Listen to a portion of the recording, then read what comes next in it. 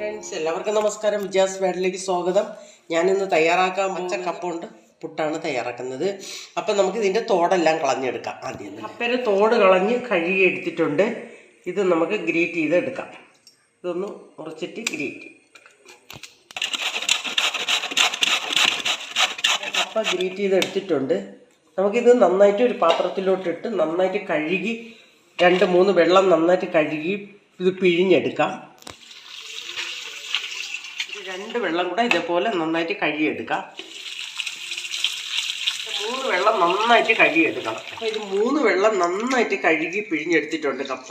ഇത് നമ്മൾ നന്നായിട്ട് പിഴിഞ്ഞെടുക്കണം. അല്പം പോലും വെള്ളം ഇതിലൊന്നും ഇല്ലാതെ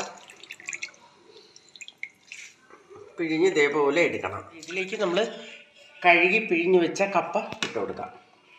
ഇതിലേക്ക് 1/2 കപ്പ്, അതായത് 50 ഗ്രാം അരിപ്പൊടി ഇട്ട് കൊടുക്കാം. നമുക്ക് ആവശ്യത്തിന് ഉപ്പിട്ട് കൊടുക്കാം. നന്നായിട്ടൊന്ന് വിരവിയെടുക്കാം. നമ്മുടെ കപ്പ ഇതേമാതിരി തന്നെ ഉണ്ടാവും. ഇതിൽ വെള്ളമെല്ലാം നന്നായിട്ട് വാർന്നു പോയിട്ടുണ്ട്. അപ്പോൾ ഒരുപാട് അരിപ്പൊടി ഒരുപാട് ഇട്ട് കളയരുത്. ഒരു 1/2, അതായത് 50 ഗ്രാം, ഇത്ര മാത്രമേ ഉണ്ടാവുള്ളൂ. ഇങ്ങനെ തന്നെ ഇരിക്കണം.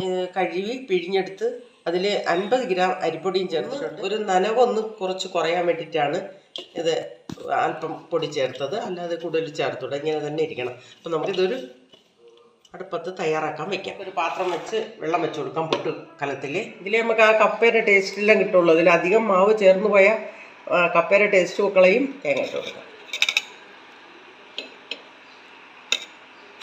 മാവ് ഇട്ട് കൊടുക്കാം. നമുക്ക് ഇതിൽ തേങ്ങയും കൂടെ നന്നായിട്ട് ഫില്ല് ചെയ്ത് വെച്ച് കൊടുക്കാം. നമ്മുടെ കപ്പ കൊണ്ട് പുട്ട് ഇപ്പം തന്നെ റെഡിയാവും. നമുക്കത് റെഡി ആയിട്ടുണ്ട്. നമുക്കിത് എടുക്കാം.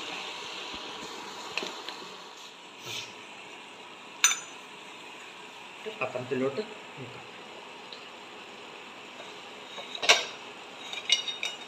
കപ്പ കൊണ്ടുള്ള പുട്ട് ഇവിടെ റെഡി ആയിട്ടുണ്ട്. എല്ലാവരും ഇത് ട്രൈ ചെയ്ത് നോക്കണം. നല്ല ടേസ്റ്റിയാണ്.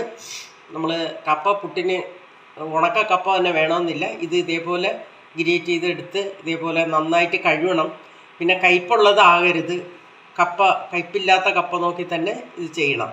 അപ്പോൾ എല്ലാവർക്കും ഈ വീഡിയോ ഇഷ്ടപ്പെട്ടെങ്കിൽ ലൈക്ക് ചെയ്യുക, ഷെയർ ചെയ്യുക. നന്ദി, നമസ്കാരം.